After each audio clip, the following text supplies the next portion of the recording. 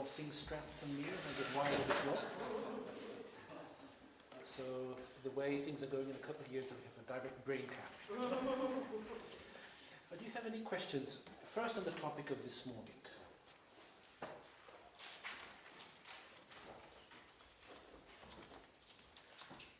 Please. Ilya, at first glance, the difference between the definition of ignorance and the definition of compositional factors is quite clear, but the more I think about it, the more I have difficulty distinguishing between them because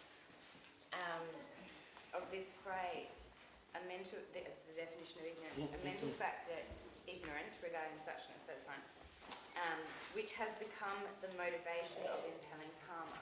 And I just find it hard to make distinction between the motivation of impelling karma and then the karma impelled by motivation, I suppose. So within the 12 links, you have 5 links which are connected to the noble truth of the origin of suffering, and 7 links connected to the noble truth of suffering. The first 5 links connected to the noble truth of the origin of suffering include 3 afflictions and 2 links of karma. Then, ignorance, the first link, is an affliction. Okay. The other 2 afflictions are procreation and craving. And the 2 links of karma are respectively the second link, compositional factors, and the 10th link, existence.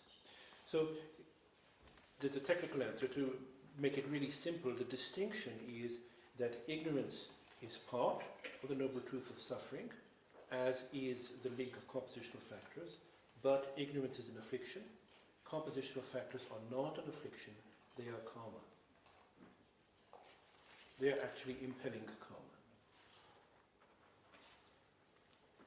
Does that answer your question? I'll think more about it. Good. Good. Please. Geshe earlier on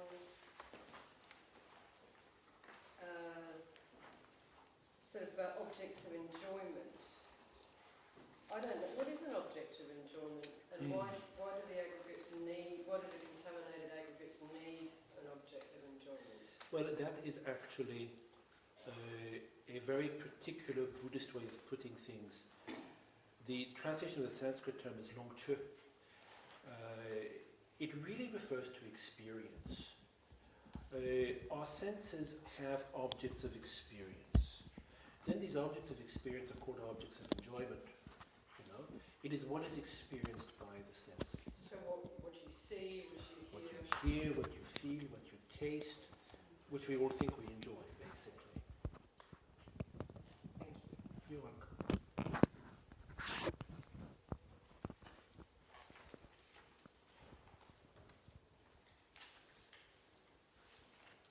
This topic, the 12 links, you have to memorize the links. There's no mystery about it. And then I won't enter too much into the distinction until Geshe does so. But you have causal links and result links. You have to know which is which. You have to know which of the links are karma, which are afflictions, and which are the resulting links. And then you have to understand how to posit them over, for a given person, over a cycle of lives. Then Geshe will explain, perhaps this afternoon, perhaps tomorrow, that the 12 links, one cycle of the 12 links can only mature over 2 or 3 lives. There is no other possibility.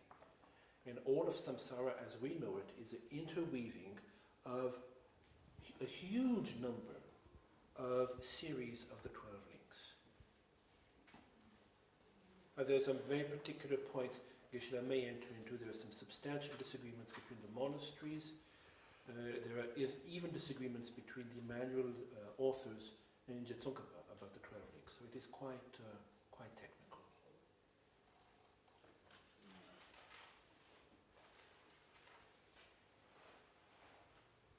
Sorry, did you say that one cycle of 12 links can only operate over 2 or 3 lives? Over 2 or 3 lives.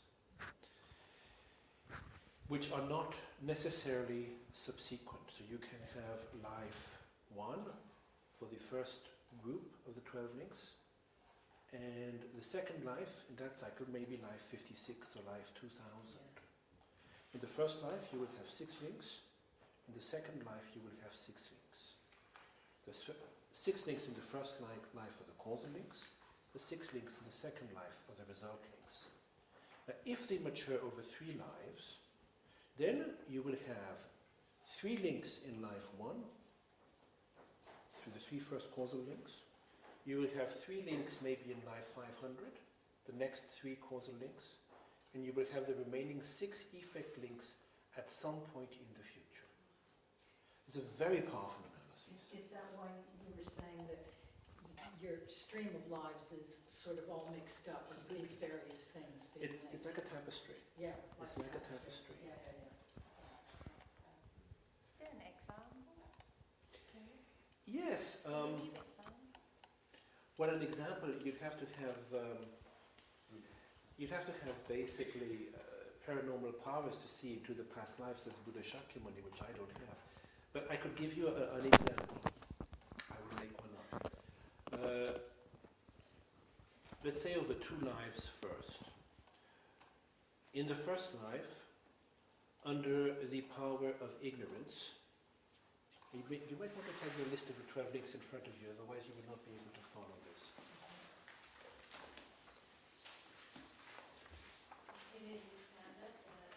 No, if you have a list of the 12 links,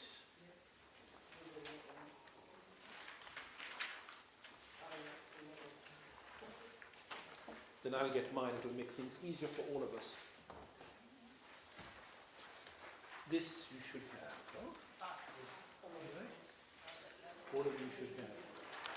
The 12 links. No, it hasn't been given out. What was given out?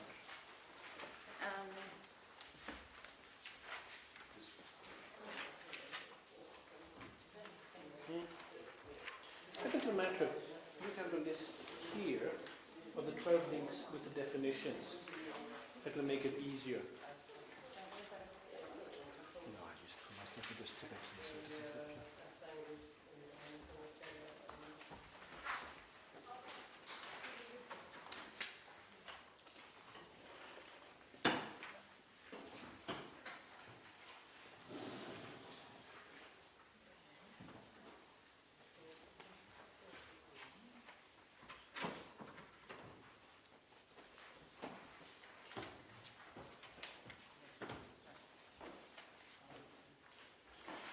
Maybe you could during the break, not now, I use it during the break. You know, there's a lot of extra material here you don't need in Tibetan, but it might be helpful.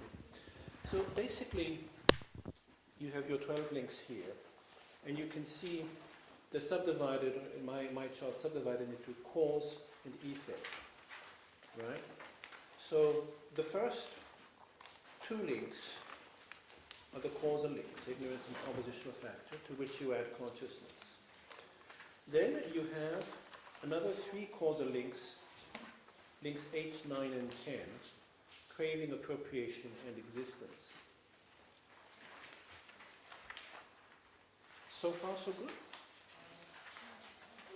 Sorry, you just shut this down pages if you're able to repeat that. Okay. The one-headed sanghas on 12 links can arise on the second page.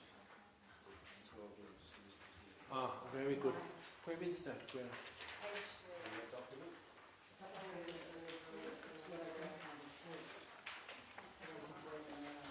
Very good. Ah, yes, Asangas, very good. So, page 2 and 3 of this handout, Asanga's Abhidhamma Samuchaya, you have the list of the 12 links. Right? Then we're going to go into material which really Geshe will be covering later, but it's connected with Susan's question. So, the 2 first links are considered causes, ignorance and compositional factors, 2.1 and 2.2. And 2.8, 2.9, 2.1, 2.1, 2.3 are causes, the 3 first links are causes, And 2.8, 2.9, and 2.10 are also causes. Okay? Everything else is an effect.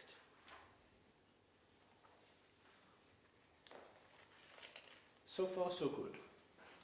Now, when the two links mature over two lives, which don't have to be subsequent, what you have is this situation. You have all the cause links in one life, and at some point in the indefinite future, all the result links in another life. So, in one life you will have ignorance, compositional factors, consciousness, craving, appropriation, and existence. And at some point in the distant future, this will mature and you will have name and form, the so-called six loci, the senses, contact, sensation, birth, aging, and death. So if we take one life to understand, one case, to understand how this would mature, let us imagine in this life, someone out of ignorance accumulates the karma of killing, let us say for political reasons, to gain power in a country. It's often, people can have very, very high ideas about why they commit non-virtues. An assassination is ordered.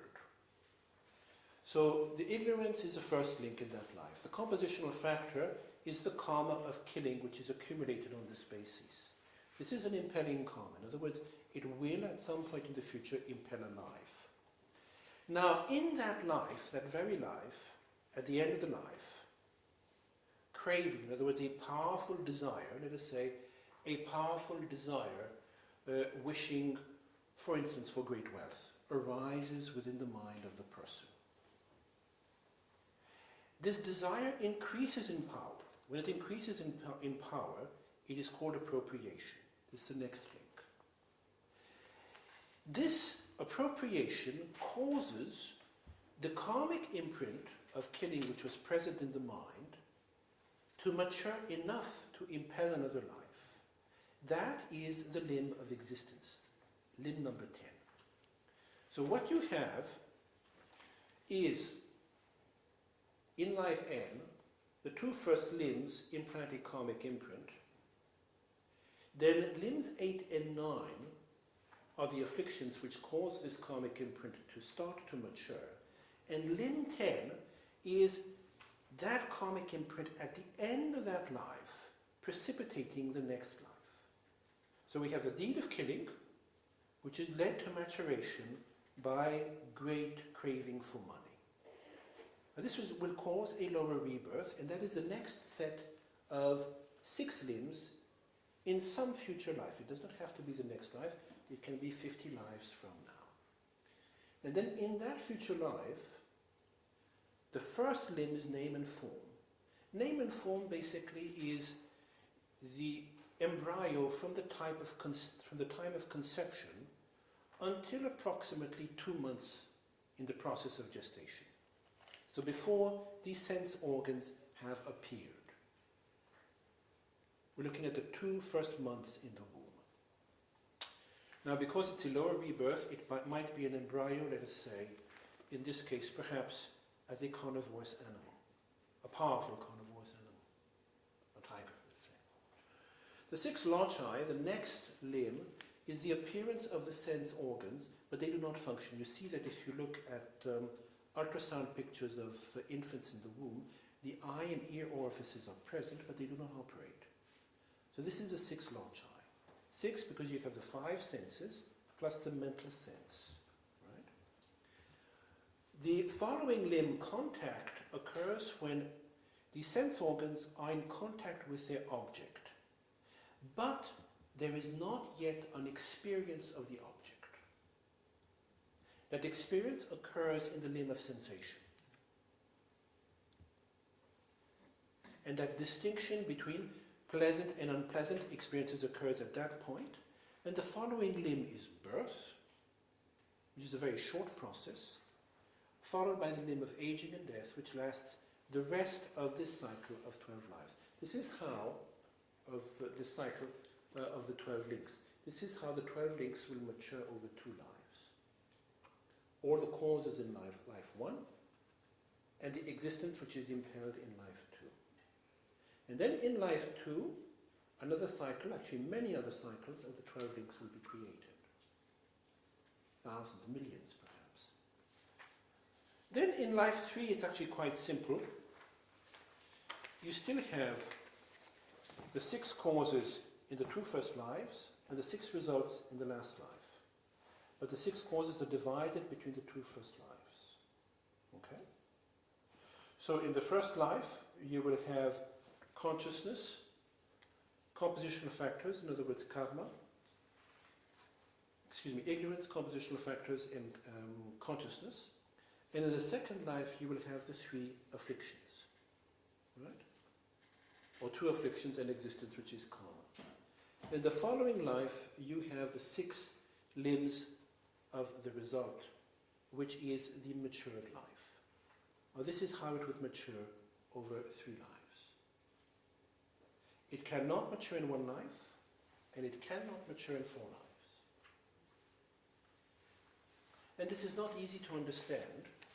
So the best thing to do is first to memorize the links, then to understand what are causes, what are effects, and how this maturation process occurs. So Susan, that's a long answer to your question. I hope it helped. Well, you did ask. I had to give an example. If you understand the 12 links, you understand samsara. If you don't understand the 12 links, you don't understand samsara.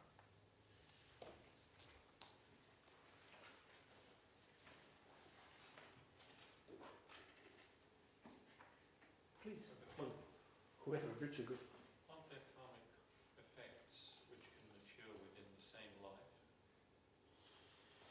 Normally they don't, right? Normally they don't. It's a really good question. Then it is said that if the object is extremely weighty, it can happen. But it would not happen for an impelling karma.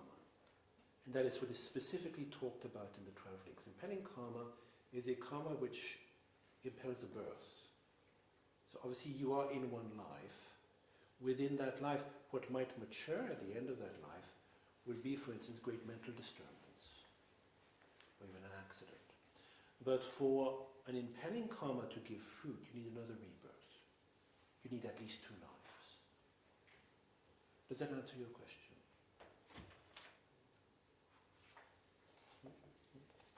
And I was talking to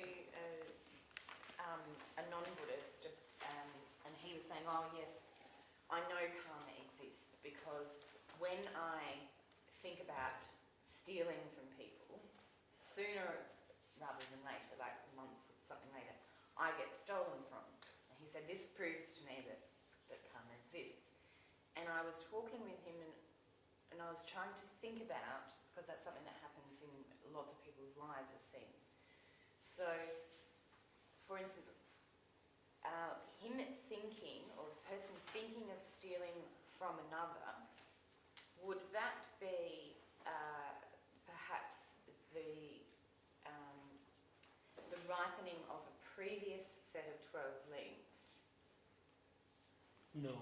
That would be... Sorry. Because the ripening of a set of 12 links involves a life. Mm. Right. That would be the karma due to habituation. Right. So, because of habituation with stealing in previous lives, first you generate cycles of 12 links each time you steal, which are a complete deed of stealing is performed. But in addition, the mind becomes accustomed to stealing. Mm. In other words, you want something and you just appropriate it. And then that habituation is carried over into future lives. So Stevenson's cases are full of that. Yeah. Full of that. Sorry, I didn't explain my way of thinking.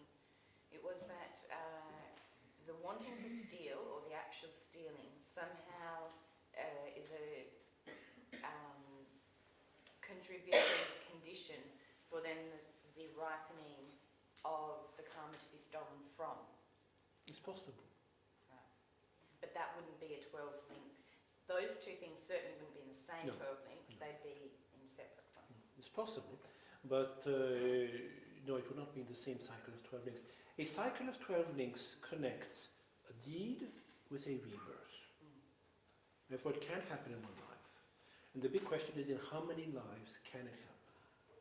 And that's where the Buddhist analysis that it can only happen in 2 or 3 lives is extremely interesting. You don't find a presentation of the 12 links in any of the non-Buddhist Indian traditions. Please. Could you tell us about the distinction between the cause and effect, so the writing of karma and the 12 links? I think you sort of touched on it there. Is every writing of karma an act of 12 links? Because No. because it seems like No, you have to distinguish. The topic of karma is, in my opinion, the most complicated topic in Buddhist studies. It's much more difficult than emptiness, and frankly, it's much more useful for us. So you have impelling karma, because it's something we can put in practice, isn't it? You have impelling karma, which impels a life. Now the karma which is referred to within the 12 links, both the compositional factors and existence, the second and the 10th link, these are impelling karmas. Then you have completing karma, which, if you wish, fleshes out the details in a life. That is not what is referred to here. Then you have, for instance, environmental karma, sometimes called controlling karma. That also is not what is referred to here. In the case of the 12 links, it really refers to rebirth, since the 11th link is birth, isn't it? Does that answer your question? Molly, you had a question. Yeah, maybe probably answered later, but in the example you gave, I understand what you said about 6 causal, and then it impels a new rebirth. But I don't understand how that can be 500 years later. Can be. Can be 500 years later, lots of lifetimes later. It could be the next life if the delusion was very powerful. That is the criterion, isn't it? So if the delusion at the time of death is very powerful, then it could lead to a maturation of the following 6 links, if you have this happening over 2 lives, in the next life. But this is by no means necessary, and we covered together some cases in the 2 presentations this year, which I drew from Stevenson and some British psychiatrists who used hypnotic regression. And you could really see that maturation can be a very long, drawn-out process. In one case we covered, we could see maturation over 1,000 years. Just stays like seeds dormant, latencies. Yes, and there is an unanswered question, which is basically the big debate between Asanga and Vasubandhu. Does a karmic seed mature once, or can it mature several times? Well, Vasubandhu says it's only once. Now, Asanga implies that one karmic seed, no, doesn't imply, he states in Yogacara Bhumi that one karmic seed can give rise to several lives. Why would that be so weird? I don't know, to be honest with you. I don't know. I mean, looking at the data, I have a lot of sympathy for Asanga's viewpoint, but it's not the orthodox viewpoint. But there's no way to decide, because we don't have access to all the evidence. When we look at cases of hypnotic regression, which is why I've tried to present that here, first we're not sure if the cases are reliable or not. Then the patient doesn't remember all the memories, all the existences, and within an existence he doesn't remember everything. So it's very difficult to analyze carefully. Are there other questions? Yes, please. Just looking at the 12 links, and what we've been talking about this afternoon, it seems like not one person in this room would be one straight stream of consciousness, effectively. So are the 12 links actually used sometimes as a reason to counter the ignorance that believes in the existent I? Exactly. Because it seems like when you mention about it being a tapestry, it's like, well, I'm a little bit from there, a little bit from there, a little bit from there, I'm actually like nothing in effect. I'm not really anything except all these little bits of blobs put together. That's exactly it. That's why Nagarjuna says in, I think it's stanza 59 of the Bodhicitta Vivarana, I do not accept a being apart from the wheel of the 12 links. It is precisely for that reason that it is taught. In other words, there is nothing apart from, I think I put it in circular form here, these 12 links, which are just a series of circles intersecting each other. And when we speak of the continuum of consciousness, actually the continuum of the aggregates, because we have the form aggregate within here, then it is just this, nothing else. So for this reason, the topic of the 12 links is the main, if you wish, dividing point between Buddhism and non-Buddhism in India. There is a presentation of the so-called 11 topics of the 12 links by Asanga, in which Asanga says that the 12 links were taught to counter the existence of God. In other words, the existence of God. If you subscribe to the 12 links, if you fully understand the 12 links, it is not possible to accept the existence of God. There is no place for God in this pattern. There was also another of the 11 topics, according to Asanga, is that it was taught to teach selflessness.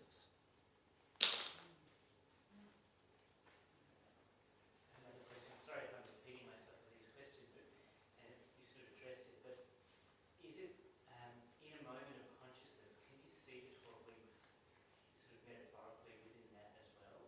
Is there Not really, no.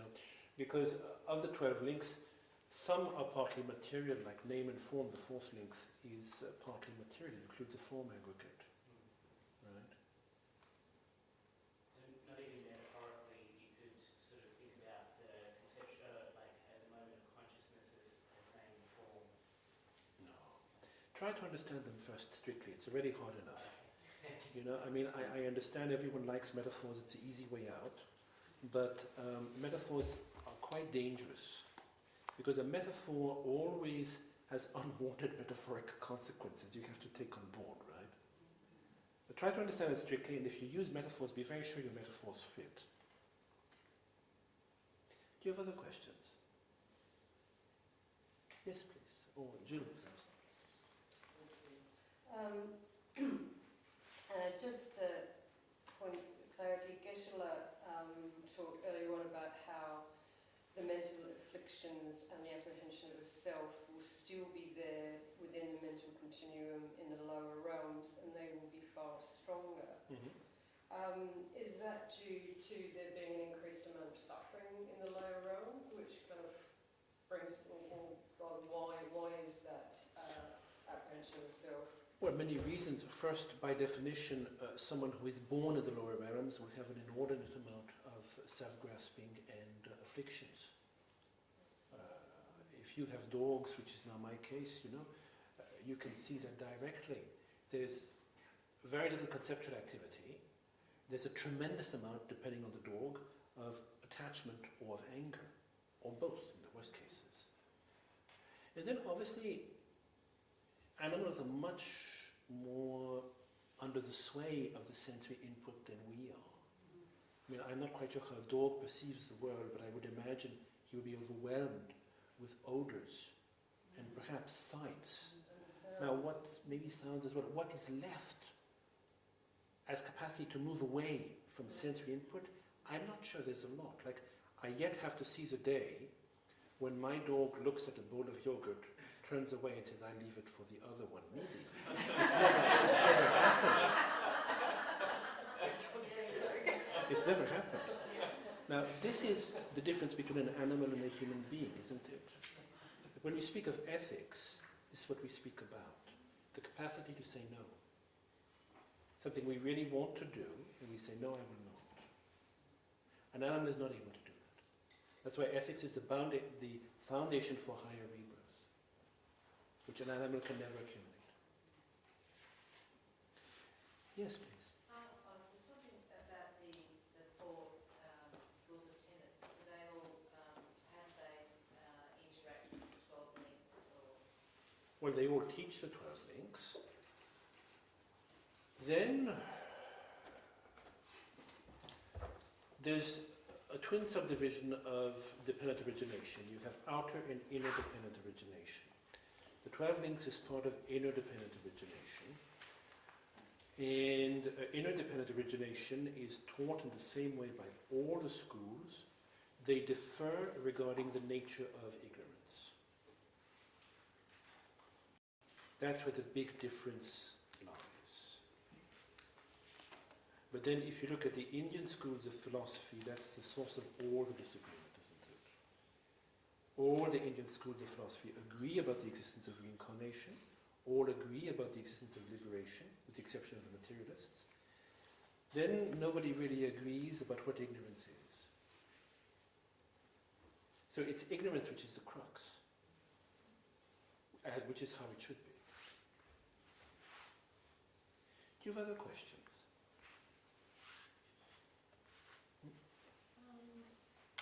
Is it normal to interject that they do the prayers of the independent of the 12 links of the God? Prayers Why do they do that? Prayers of the... Citing the 12 links, Do you mean in praise of dependent origination? Yeah, yeah, yeah. No. No, in praise of dependent origination What is is that difference? is different. That refers to exterior dependent origination, which is the interdependence of phenomena. So interior dependent origination is the 12 links. That is basically how our aggregates evolve within a given continuum. Exterior dependent origination is in the interdependence of phenomena.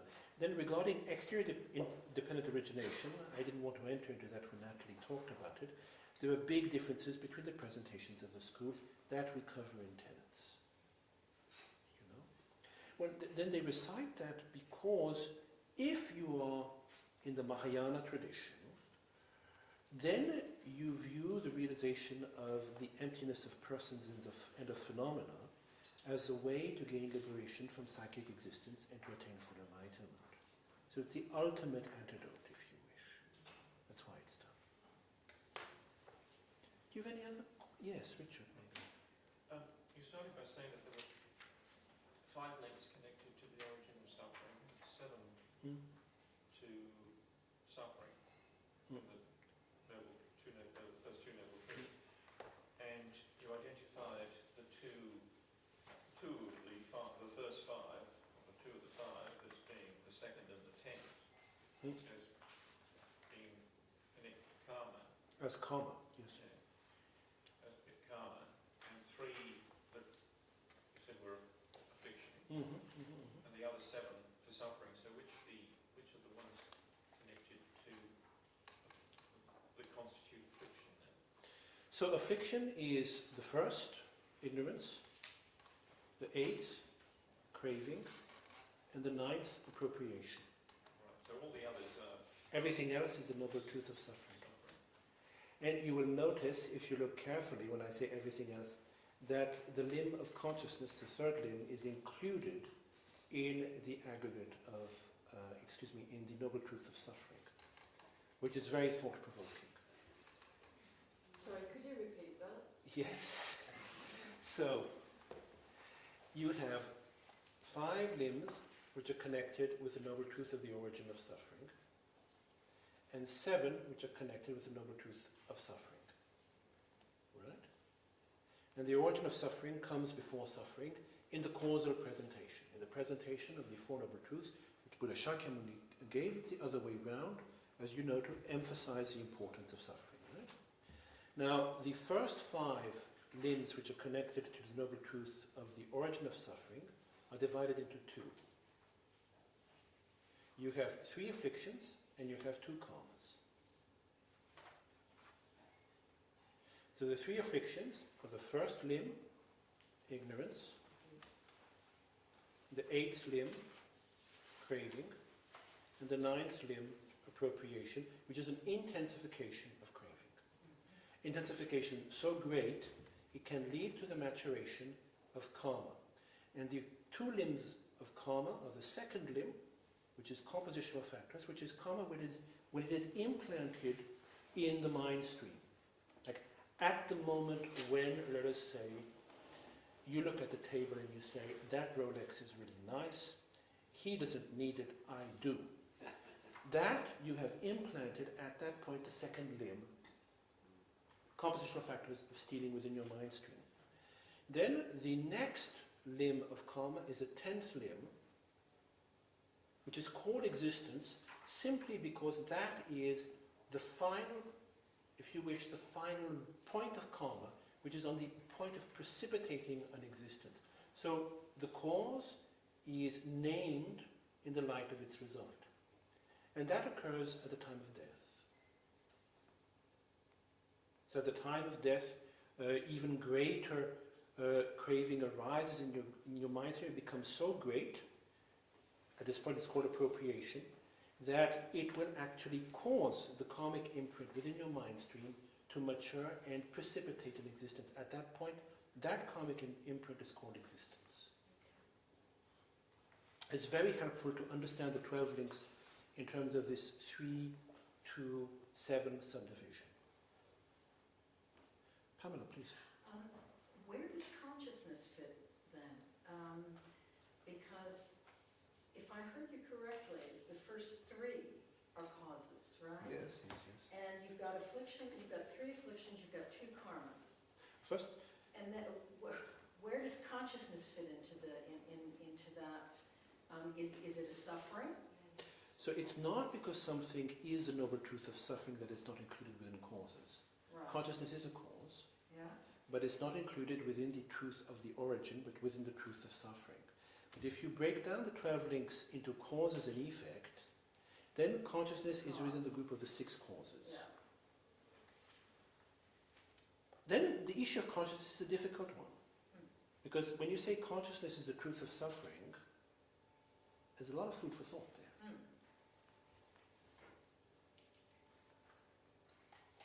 But you can see, for instance, that this would counter basically. But ignorance isn't possible without consciousness. Yeah, but you can see this would counter, for instance, most of the non-Gelug traditions in Tibet, right? Most of the what? Most of the non-Gelug traditions in Tibet teach the existence of a fundamental mind which is pure. Yeah. That if consciousness is within the noble truth of suffering, there's no such thing. Yeah. You know? But these things are very, very far-reaching, I think. Please. Sorry, Ilya. I'm just a little bit slow this afternoon. Could you just, I know you've done it already twice, could you just go over these groups? So I've got 2 to 7, 11 and 12 are, and I missed that bit. And then I've got 1, 8 to 10, the origin of the truth of suffering. I'm not sure if I've got that one. Well, I tell you what we'll do, but I will ask you a favor, because I'm giving material I'm giving out material before Geshe has covered this, basically at your request. So I'll ask Lee to photocopy this for us, Yeah. but don't ask Geshe questions on it until he covers it. It's not polite, because it's really awkward. You know, if I do that, then it's not possible to answer your questions without going into things. So when he covers the material, if you want to ask questions in the class on it, that's fine. But don't ask now, please. Okay? Is the office open? It's almost like one has to think of the 4 noble truths and the 12 links Yes, as exactly. almost as one subject. That's exactly 2 it. subjects. That's exactly it. So when you study the 12 links, you study them in the forward and the reverse order. In the forward order, it is an order of generation of samsara. In the reverse order, it's the order of cessation of samsara. It's a very beautiful topic, you know. And then, as Geshe explained very elegantly this morning, you have the 12 links for virtuous deeds and the 12 links for non-virtuous deeds. Both virtuous and non-virtuous deeds are the cause of samsara. Contaminated virtuous deeds create samsara. If you practice generosity with the thought of getting a higher rebirth, that's a cause for samsara, for being rebirthed in a higher realm. Then a non-virtuous deed is obviously also the cause of samsara. Any deed which is not practiced in conjunction with the wisdom which realizes selflessness can only be the cause for psychic existence. So And then indeed you have to really study the 12 links in connection with the Four Noble Truths. Please, Safu. So therefore, if anything that doesn't come from the realisation of selfless, so non-inherent existence, so God, for example, is considered inherently existing. Therefore, on that basis, Buddha Dharma, or perhaps it's the same view, therefore, not just challenges but refutes the existence of God. Oh yes, completely. It goes much further than that. If you accept the presentation of the 12 links, which all 4 Buddhist schools of tenets accept, Vaibhashika, Sautrantika, Chittamatra and Madhyamika, it is impossible to assert the existence of God in keeping with Asanga's presentation of the 11 topics we talked about. The 12 links were specifically taught to refute the existence of a creator. So it is not possible to be a Buddhist and to accept the existence of God. Then obviously, if one accepts the Prasangika Madhyamika view, according to which there are no inherently existing phenomena, then God is the inherently existing phenomenon. Certainly in the Christian, Jewish and Muslim presentation. Then in the Hindu presentations, there are many presentations you would have to distinguish. Sorry, we're talking about God as the prime mover, as the original creator of everything. Yes, yes. The demiurge. Right. So the absence of any other beginninglessness.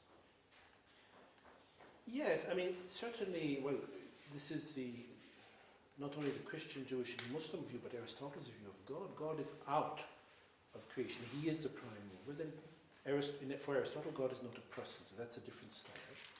But in every single case, God does not depend on creation. Yes. There's a one-way dependence of creation and creatures on God, but God does not depend on creation. There's no mutual dependence. Then it gets very complicated in Hinduism. Excuse me, Shane, you wanted to ask a question. Oh, yes. I just No, no, it's all right. modern young, because I never actually brought up in the sort of Christian culture, so we never actually have the faith in God.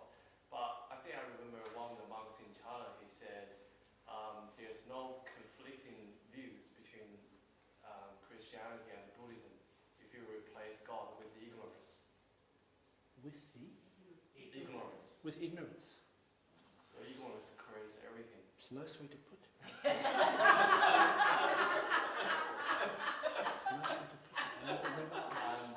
So you're saying we should pray our ignorance which art in heaven? So,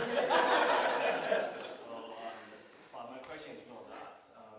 So when you're talking about the karmic imprints, for example, you're saying practice your generosity, and when I was young, my mom always asked me to put in money in the temple to gain wealth. And you sort of, I have been, planting that seed in my mind by my mom. So every time I do that, without that intention to gain high ribbon or wealth or whatever it is, but it just comes into my mind. In your experience, is there any way to counter that or just ignore that? Well, basically in this life, I think overall, unless the deed is very powerful, it doesn't really work. So it'll just make your bank account smaller. Then, if you do it for this life, it's not Buddhist practice. It's mundane, really. If you do it for the next lives, then that's a path of the being of the small scope. It's very good. And there may be an effect at the end of this life is possible. There's no guarantee, but it's possible. But at present, when we're talking of the 12 links, we're really talking of the path of the being of the middling scope. And the way to train for the path of the being of the middling scope is to reflect on the suffering nature of everything we live. Not just the 3 sufferings, but the 6 and the 8 sufferings. The 6 sufferings, for instance, the suffering of insatisfaction, the suffering of unreliability, the suffering of falling from the high to the low. And since 2008, we have seen a lot of this. People who I knew before 2008 who were very influential, very wealthy, and now poor. Then the people whom I knew who were poorish before 208, they are still poor, but poorer, you know. Then there is nothing to hang on to. And the beginning of the path for the being of the middling scope is that realization that not just in this life, but in every single life after this one, we're going to go through the same thing. Over and over and over again.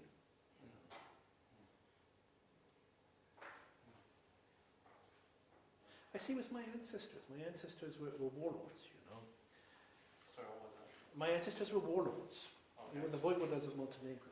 And the great specialty was killing, right? They did it very well for 700 years, you know. Then if you look at what they left behind them, there is nothing. There's nothing. My great-granduncle decapitated a Turkish beg in single combat on horse. He conquered the south of Montenegro for the king. The king gave him a huge swathe of land. Then the communists took over. Gone, right? So my great-granduncle, I don't know what his motivation was, you know. Some Tibetans I told a story to told me it was a motivation of a bodhisattva. I have some major doubts. But it is true that the two armies were facing each other, and he said to the Turkish beg, instead of having thousands, there's 30,000 men under my great-granduncle, the same number under the Turks. Instead of having thousands of dead, why don't you and I settle it together? That was a very unfair proposal, because my great-granduncle was huge physically, and very accomplished. And the poor Turkish beg didn't have a chance, I think. But if you look at that, these are very famous people. Then you look after like 1 century, what's left, right? It's just like that, huh? And when you look at it like that, these things have no substance, right? And then the path of the being of the middling scope starts to make a lot of sense, because it's not just one life like this which has no substance. We've been doing this for a very long time, and at the end of this very long time, we are still where we are right now. But there's nothing to show for it. And then I must say that Buddhist monk who gave that answer is very, very intelligent. Because there was an entire school, and I'll start with this, there was an entire school, or a series of schools, between the beginning of our era and the 6th century, called the Gnostic schools, which contested the Christian interpretation of the Bible in exactly this way. They affirmed the existence of two entities, a creator, the demiurge, who was evil, exactly like ignorance. They believed in reincarnation, and they asserted the entity of a true God, who was hidden. Then, according to them, the God of the Old Testament was this evil God, whom you had to fight against. And Jesus had tried to teach the true God, but had not been allowed to do so. So, I don't know if that old monk knew about all of this or not, but it's very sharply joined. Then I'm afraid we have to stop here for today. I'd strongly encourage you to memorize the 12 links. Just work through them in the forward from 1 to 12 in reverse orders, and try to memorize what are the causes, what are the results, what are karma, afflictions, and suffering, and the groups, and try to understand past and future lives in this way. It's not easy, but this is the gateway to understanding psychic existence. Thank you very much. Thank you.